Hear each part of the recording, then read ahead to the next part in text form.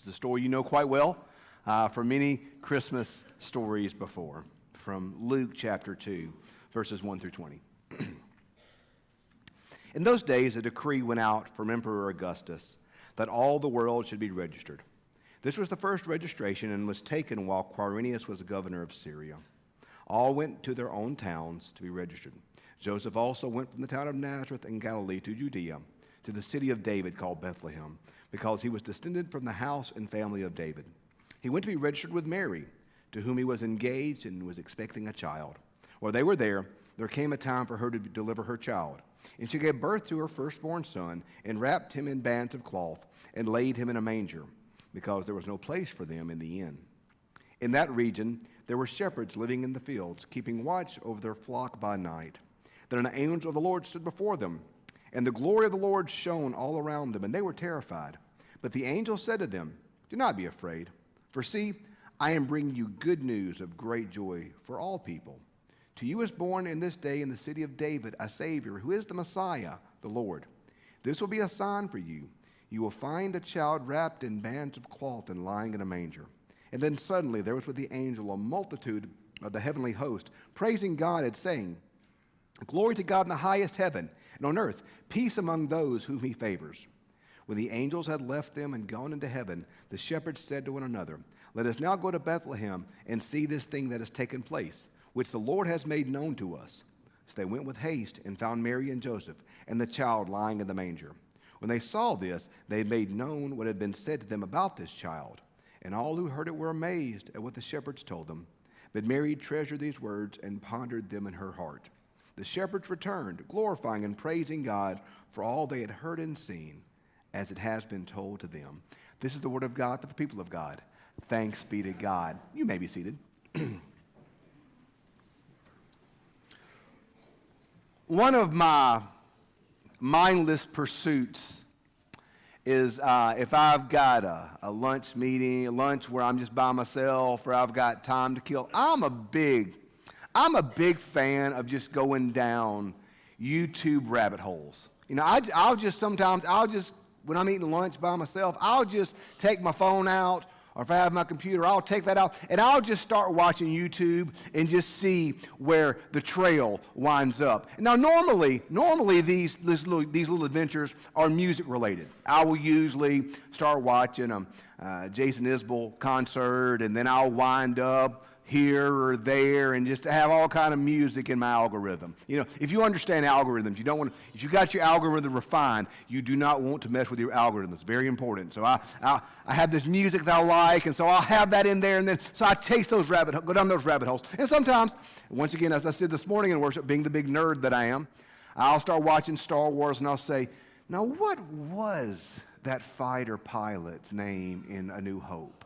You know, because I know you're like me, and you sit and you think to yourself, "Golly, what was the pilot's name who was co-piloting the Millennium Falcon in Return of the Jedi?" Nub. I mean, that's, you know, we know that. But, you know, that was an easy one. But, you know, I'll go down these weird Star Wars rabbit holes where I'll just spend hours watching that. And then I'll come back and tell Holly all about it. And she always looks so excited when I'll say, "Hey, guess what I learned about Star Wars?" Just the level of joy that my wife radiates. It could power the city for days.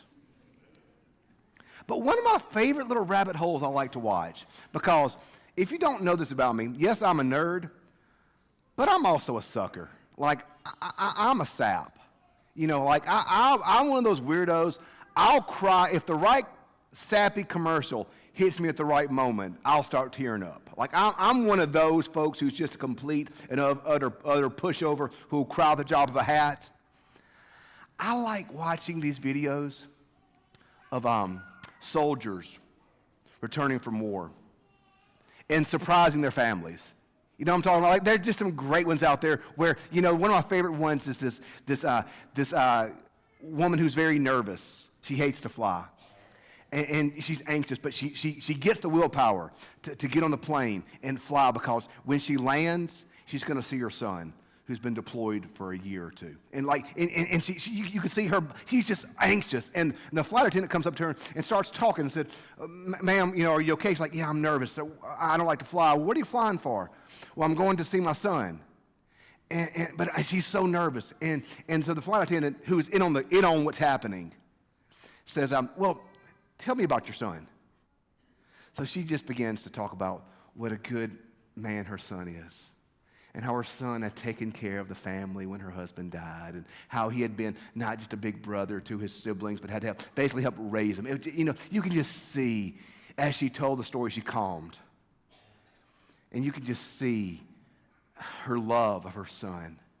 And not how proud she was of him being a soldier, which was obviously a point of great pride to her, but pride in the man that he was, both as a husband, as a brother, as a son. See, just in everyone, everyone, as they're watching, everybody around her starts crying, and the son is behind her. And the flight attendant says, I want you to do me a favor. I know you're nervous. Will you close your eyes, and it'll help you calm down. She says, okay. She closes them. I want you to open them. And then she sees her son standing there. And she just falls apart. And everyone in the airplane starts crying and clapping. It's just, those things just hit me with all the feels. Like I get the feels just talking about it. That good news, y'all. There she was as a mother. And her beloved, her son, who had meant so much to her and to her family. This son that she loved so much, who had been gone doing his duty as a citizen for so long. And she couldn't wait to see him. And then she opens her eyes, and there he is. The joy, the relief, the emotion just floods over her.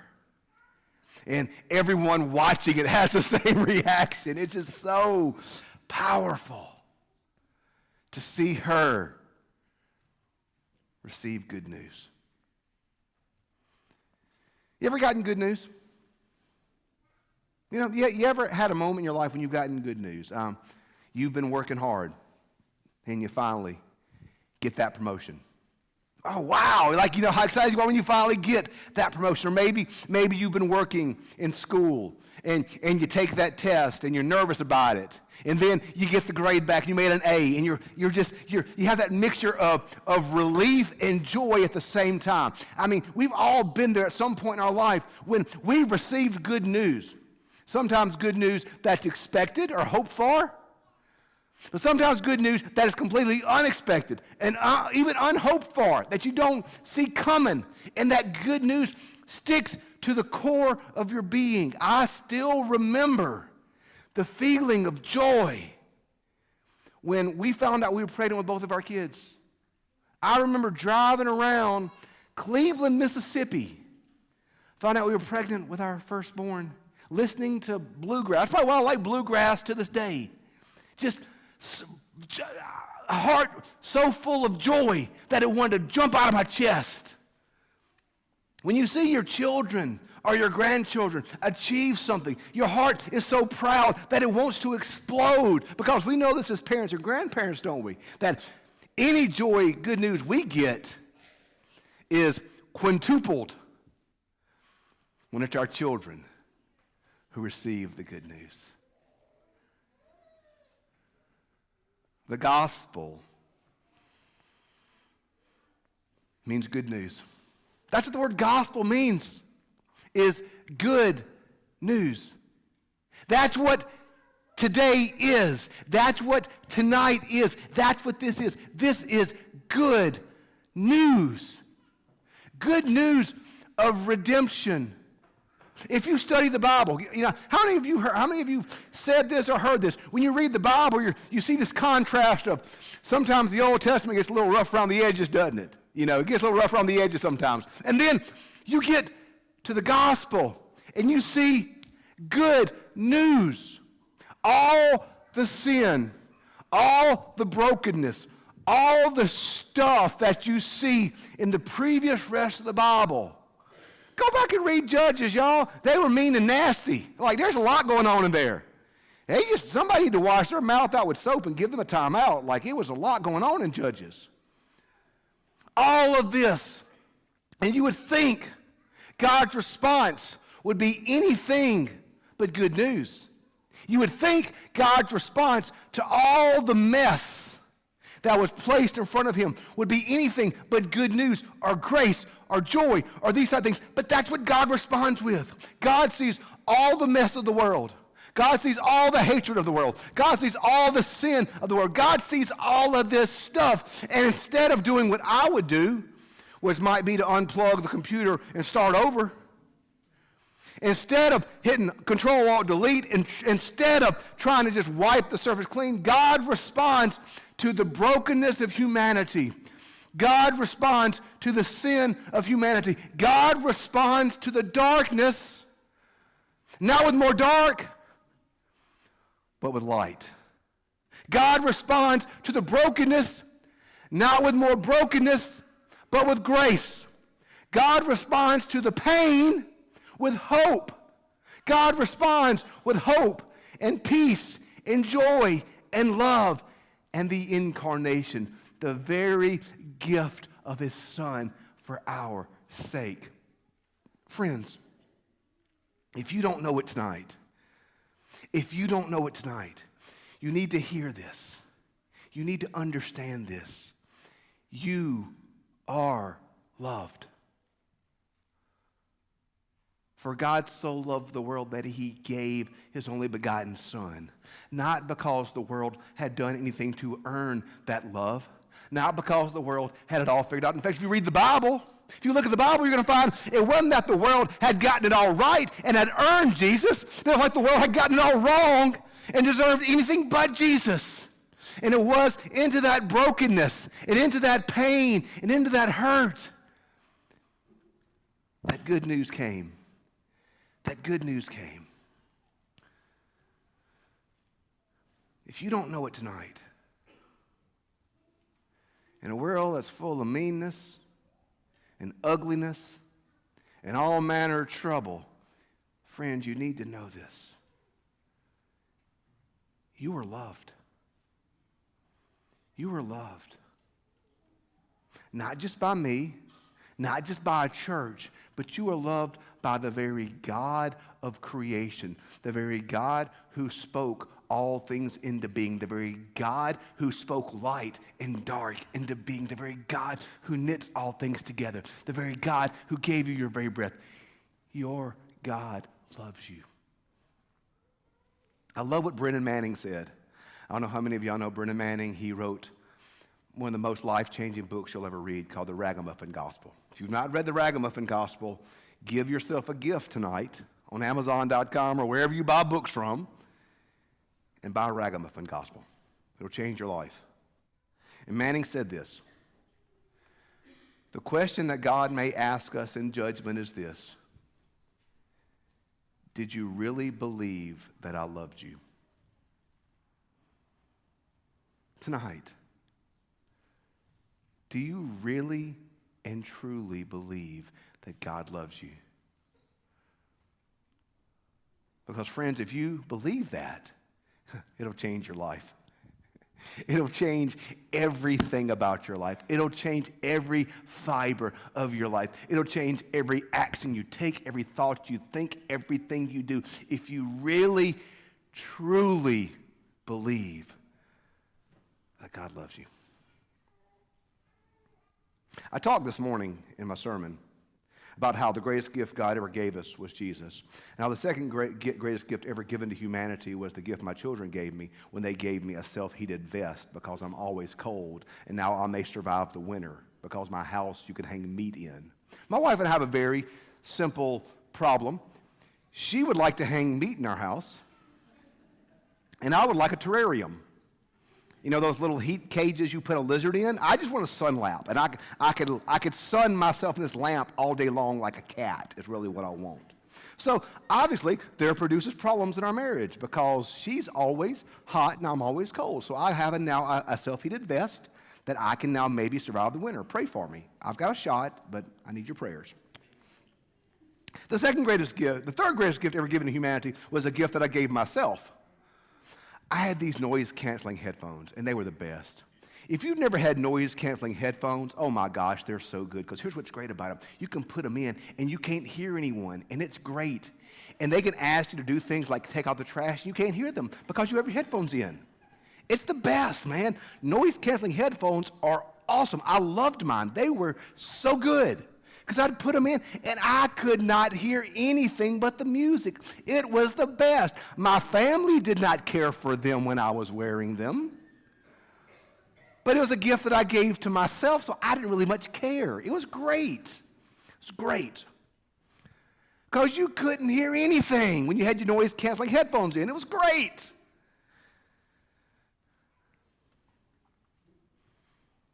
Christmas Eve screams good news. The heavenly choirs sang songs of praise. This entire story tonight, y'all, is nothing but undeserved, unearned good news of God's love for us. Guys, y'all are loved. You're loved so much by God that you can't even fathom the depth of God's love. The Bible says our minds cannot fathom the things that God has in store for those who love him. Paul writes in Colossians, he says, I pray that you will know this love that surpasses knowledge. Paul said God's love is so amazing that it's unknowable. And Paul says, I pray that you will know this love that surpasses all knowledge. He says, I pray that you will know the height, the depth, the breadth of God's love. So much of the Bible is screaming at us, you are loved by God. He gave his son for you. You are loved. But we put our noise-canceling headphones on sometimes, don't we? And we turn on the canceling part, and we just can't hear. We just can't hear. I think one of the greatest tricks the devil plays on us is it gets us where we can't hear. We have the noise-canceling effects of sin, of our own brokenness, of our own experiences, of our own troubles and our own trials. We have the noise-canceling effect of the world and of people, of Facebook, on this expectation we have to live our lives for other people. That we can't be happy in Jesus, we got to be happy with this. Or what about this, or what about that? And so many things in our life, y'all, so many things in our life are blocking out the good news. And here's the dangerous part. It isn't always the bad stuff. Sometimes it's the good stuff. My mom used to always say, if the devil can't make you bad, he'll make you busy. And sometimes we're so busy doing good stuff that we don't have ears to hear. Now, we don't have to do the good stuff to make God love us, but quite the opposite. If we listen,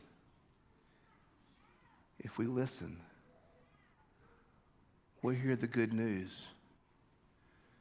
And the good news says this: you are loved. And you don't do the good stuff to make God love you, but you do the faithful stuff because God does love you. Brennan Manning once again says, very few of us really believe we're sinful, so very few of us actually believe that we're forgiven.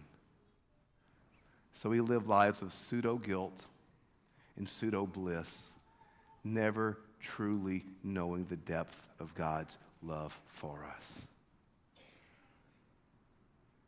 God saw the brokenness of the world and gave us Jesus. God sees the brokenness of our world today. The brokenness of our world today. The world's a mess. You don't believe me? Log on Facebook. Someone will tell you. The world's a mess, yeah. Sometimes in church we sing these words. Grace, grace, God's grace. Grace that is greater than all of our sins. Yeah, maybe there's problems in the world. There were problems in Bethlehem when Jesus was born. But good news is greater than bad news. Good news is greater than brokenness. Good news is greater than sin. Good news is greater than guilt. Good news is greater than our problems. Good news is greater than all of these things. And the gospel is good news. For God so loved the world. For God so loved me, for God so loved you, for God so loved the world, that he gave his son so that we could know that we are loved. Friends, I hope you leave tonight with your heart lifted from the amazing music of this choir. I hope your heart is touched by the candlelight in a few minutes. I hope you feel the warmth of communion. But I hope your great takeaway as you leave this place and go into the rest of your Christmas Eve celebration is you know this. You are loved. The thrill of hope. A weary world rejoices. You are loved. That is the good news. That is the gospel, that Christ loves us in spite of everything. That is the greatest gift we could ever wish for, and that is the greatest gift that we can ever receive. You are loved. Never forget that. You are his. As I said this morning, if God had a refrigerator, your picture would be on it. You are loved. Never forget who you are. Never forget whose you are. That, friends, is the good news of the gospel of Jesus Christ. In the name of the Father, and the Son, and the Holy Spirit. Amen.